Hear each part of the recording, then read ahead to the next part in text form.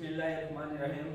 Dear students, आपने पिछले जो हमने पढ़ा था पिछले वीडियो में वो हमने बात की थी सेंटेंस के बारे में।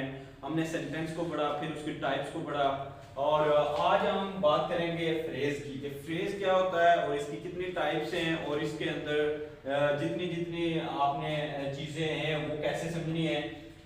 फ्रेज कहते हैं जी फिक्रे को, जैसे सेंटेंस हम जुमले को हमने कहा था जी सेंटेंस कहते हैं जुमले को। अब यहाँ पे फ्रेज है, जो फ्रेज को उर्दू में बोलेंगे फिक्रा। ये एक फिक्रा होता है जो सेंटेंस के अंदर होता है। इसकी डेफिनेशन देखते हैं। डेफिनेशन क्या है जी? Phrase is a small group of words. ठीक है जी, ये एक छोटा ग्रुप होता है अल्फाज का। फिर क्या है जी? That does not convey full meaning separately, जो अकेले आपने मुकम्मल तौर पे अपना मतलब है वो बयान नहीं कर सकता, बल्कि इसे को अपना मतलब बयान करने के लिए किसका सहारा लेना पड़ता है? It forms a meaningful unit with in a clause, या किसी क्लॉज के साथ इसको जोड़ना पड़ता है, कनेक्ट होना पड़ता है, या फिर किसी सेंटेंस के साथ। जैसे मैं यहाँ पे कह रहा हूँ on the table, for example मैं यहाँ पे आपके पास लिख रहा हूँ एग्जांपल है जो इसकी वो देखते हैं। यहाँ पे मैं लिख रहा हूँ on the table.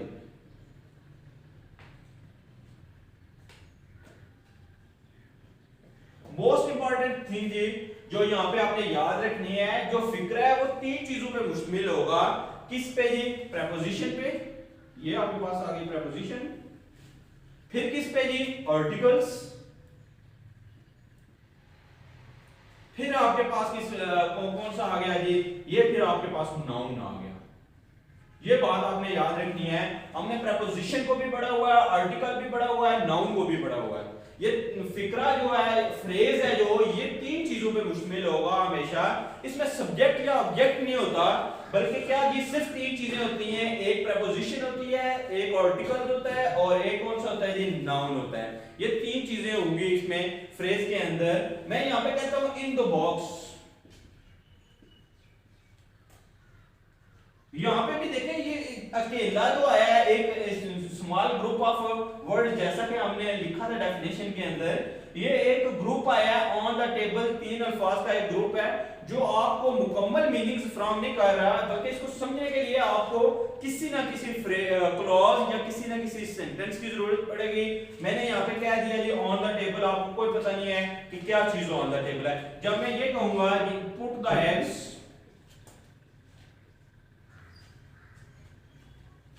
On the table, ये देखिए ये एक मुकम्मल सेंटेंस हुआ है कि अंडों को किस पे रखें जी? अंडे जो वो किस पे रखें? मेज पे रखें। यहाँ पे इसको किसका सहारा लेना पड़ा? एक सेंटेंस का। यहाँ पे ये क्लॉज आया, आपके पास फ्रेज आया है। फ्रेज किसके साथ? सेंटेंस के साथ मिलके आपको क्या जी? मुकम्मल मीनिंग्स दे रहा है। इसकी कुछ और एग्जांपल्स करते हैं इसकी। जैसा कि मैं कहता हूं यहाँ पे the sun rises in the east।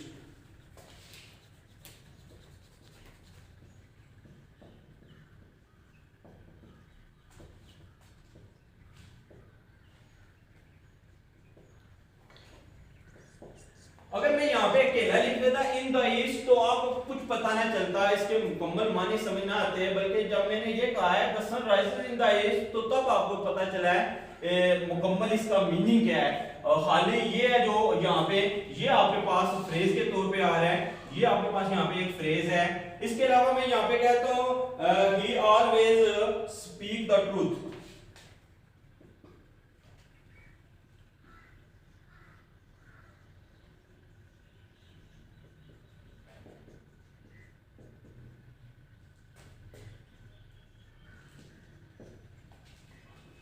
ये यहाँ पे आपके पास क्या आ गया जी? फ्रेज आ गया।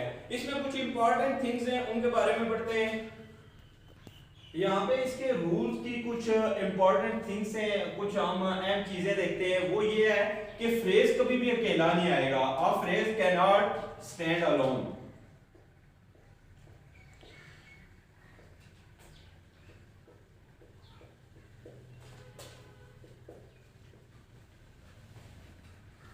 ये कभी भी अकेला नहीं आएगा। और दूसरी जो इंपॉर्टेंट बात है वो ये है कि इसमें क्या है जी? आपके पास फ्रेज जो है, फ्रेज पे आप सब्जेक्ट या ऑब्जेक्ट नहीं होता।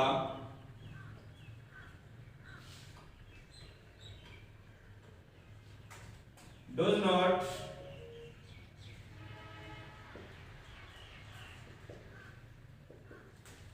सब्जेक्ट और object.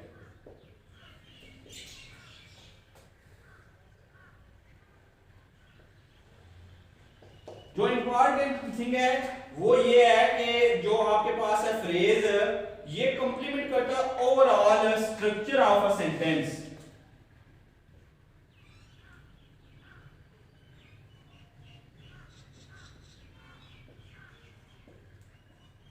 On structure, overall structure of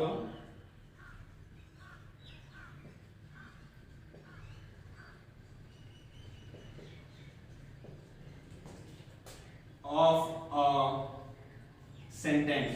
जो सेंटेंस की ओवरऑल स्ट्रक्चर है, ये उस पे उसको कंप्लीट कर रहा होता है, उसको मुकम्मल कर रहा होता है। ये यहाँ पे थी कुछ यहाँ पे इंपॉर्टेंट जो चीजें थी इसके मतलब, फ्रेज के मतलब, वो ये थी। अब हम चलते हैं इसकी टाइप्स की तरफ कि इसकी टाइप्स क्या है। वैसे तो इसकी बहुत सी टाइप्स हैं, लेकिन यहाँ जो आपकी बुक के अंदर है वो 4 टाइप्स हैं। वैसे इसकी ओवरऑल देखें तो ये 9 टाइप्स बनती हैं, लेकिन यहाँ आपके बुक के अंदर है जो यहाँ पे 4 टाइप्स दी हुई हैं, उनको हम डिस्कस करते हैं।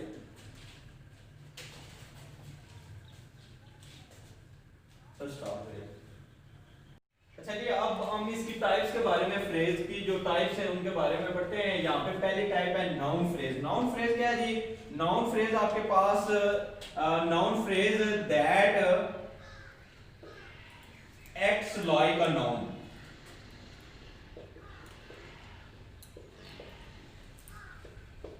जो आपके पास नाउन के तौर पे काम कर रहा होता है वो क्या है जी? आपके पास नाउन फ्रेज है। Noun phrase that acts like a noun, वो आपके पास है नाउन फ्रेज। इसमें 2 चीजें हैं यहाँ पे। It can be used as, ये 2 तरीकों से आपके पास इस्तेमाल हो सकता है। It can be used as subject और ऑब्जेक्ट। सब्जेक्ट के तौर पे भी इस्तेमाल हो सकता है और ऑब्जेक्ट के तौर पे भी इस्तेमाल हो सकता है। अब आगे चलते हैं, इसकी कुछ एग्जांपल्स करते हैं। तो यहाँ पे हमारे पास सबसे पहले इसकी जो एग्जांपल है वो ये है कि आप यूं कहें जी, the driver of the car standing here.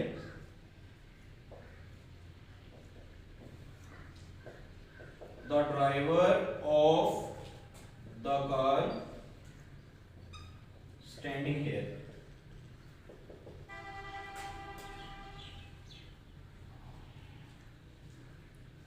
was standing here करें तो यहाँ पे आपके पास ये जो है ये किसके तौर पे इस्तेमाल हो रहा है? ये सब्जेक्ट के तौर पर, noun as subject. Noun as subject, noun as subject के तौर पे ये इस्तेमाल हो रहा है। यहाँ पे आपके पास ये the driver of the car है जो, ये आपके पास नाउन एज अ सब्जेक्ट इस्तेमाल हो रहा है। मैंने पहले भी ऊपर आपको मेंशन किया है जी, ये सब्जेक्ट के तौर पे भी इस्तेमाल हो सकता है और ऑब्जेक्ट के तौर पे भी इस्तेमाल हो सकता है। आगे चलते हैं, एक और एग्जांपल देखते हैं एज ऑब्जेक्ट। तो वो आपके पास है जी, Ali hired a huge beautiful home. Ali hired a huge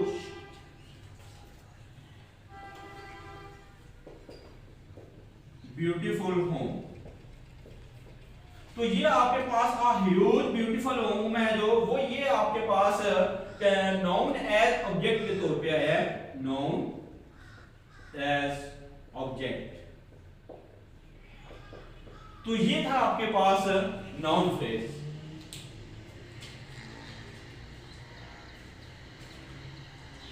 next type है जो हमारे पास वो है प्रेपोजिशनल फ्रेज। प्रेपोजिशनल फ्रेज क्या है जी? Prepositional phrase includes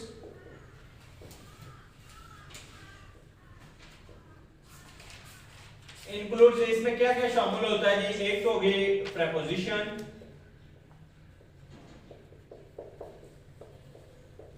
and its object. यानी ये प्रेपोजिशनल जो आपके पास है फ्रेज है, उसमें क्या होगा जी? एक तो उसमें प्रेपोजिशन होगी। प्रेपोजिशंस के बारे में आपने पढ़ा तफसीली तौर पे, हमने पिछले जो लेक्चर्स में उनमें डिस्कस किया। और फिर क्या होगा जी? उसके साथ ही उसका, प्रेपोजिशन के साथ ही उसका ऑब्जेक्ट भी होगा। जैसे हम यहाँ पे कहते हैं जी, he is sleeping on the carpet. He is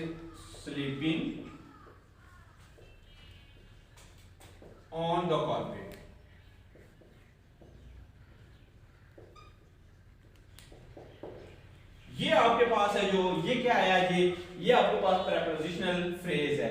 हम यहाँ पे एक और एग्जांपल देखते हैं, तो हम कहते हैं जी the books are on the table,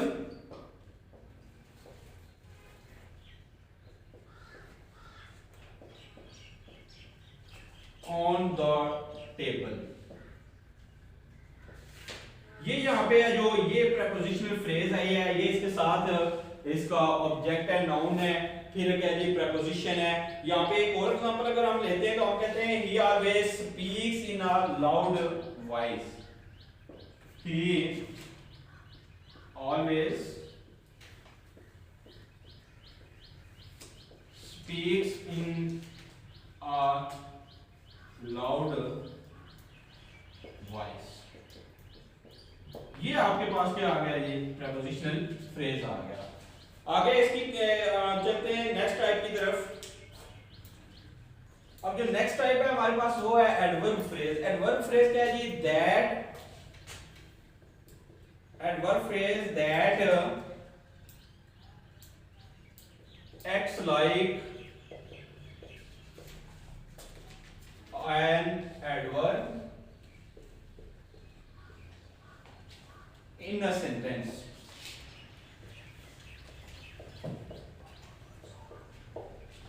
यानी कि एडवर्ब फ्रेज वो फ्रेज है जो आपके पास जुमले के अंदर एडवर्ब के तौर पे एक्ट कर रहे हैं, काम कर रहे हैं, वो आपके पास क्या कहलाएंगे जी, एडवर्ब फ्रेज कहलाएंगे।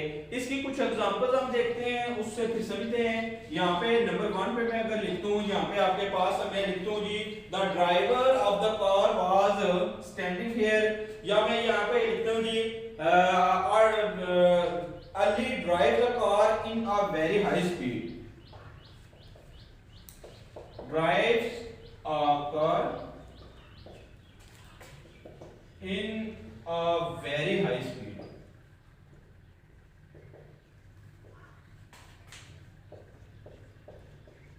यहाँ पे आप देखें, यहाँ पे ये हमारे पास एक सेंटेंस है, इसके अंदर हमने देखना है कि एडवर्ब फ्रेज क्या है। तो एडवर्ब फ्रेज क्या आएगा जी, बहुत ही तेजी के साथ जो कार चला रहा है, कौन, अली, वो क्या है जी, इन अ वेरी हाई स्पीड है, जो इसकी तेजी बयान यहाँ पे की गई है, ये एडवर्ब फ्रेज के तौर पे यहाँ पे इस्तेमाल हुआ है। अगर हम एक और इसकी एग्जांपल देखते हैं तो वो ये है कि Kaleem was running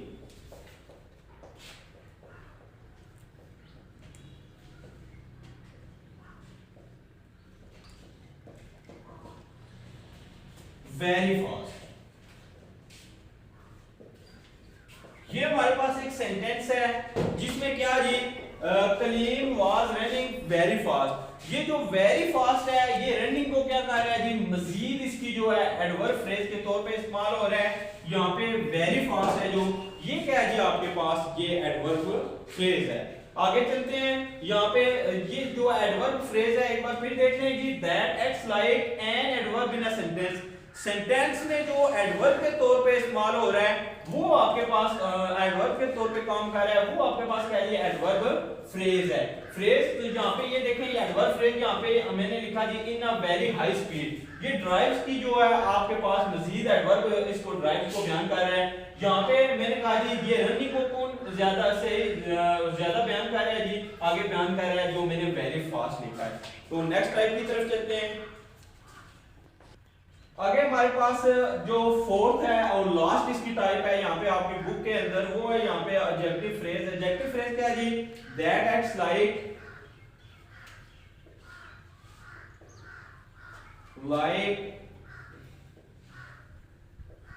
an adjective in a sentence. जो सेंटेंस के अंदर किसके तौर पे काम कर रहा है जी, एडजेक्टिव के तौर पे काम कर रहा है, वो आपके पास क्या है जी, एडजेक्टिव फ्रेज है। जैसे मैं कहता हूँ, यहाँ पे एक एग्जांपल लिखते हैं, तो मैं कहता हूँ यहाँ पे आपके पास है जी, my brother is very intelligent.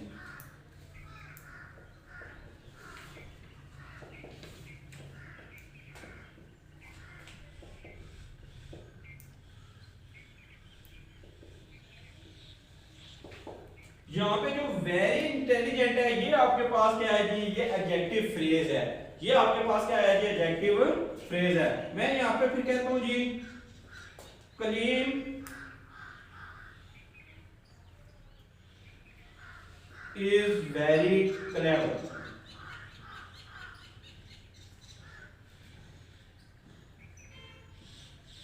ये जो वेरी क्लेवर है ये आपके पास क्या आ गया जी, ये आपके पास एडजेक्टिव फ्रेज आ गया। नेक्स्ट है जी she bought a beautiful brown chair.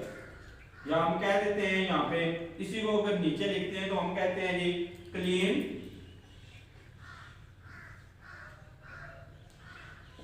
Bot a beautiful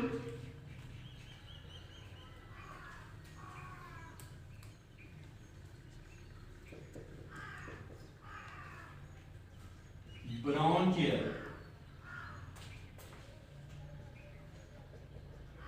यहाँ पे जो ब्यूटीफुल ब्राउन चेयर है ये किसके तौर पे आया है, यहाँ पे इस सेंटेंस के अंदर एडजेक्टिव फ्रेज के तौर पे आया है। ये था जी एडजेक्टिव फ्रेज। हमने आज जो पढ़ा है वो था आपके पास फ्रेज एंड इट्स टाइप्स। हमने फ्रेज के बारे में पढ़ा, उसकी इकसाम के बारे में पढ़ा। इंशाल्लाह नेक्स्ट लेक्चर में फिर हाजिर होंगे, तब तक अल्लाह हाफिज।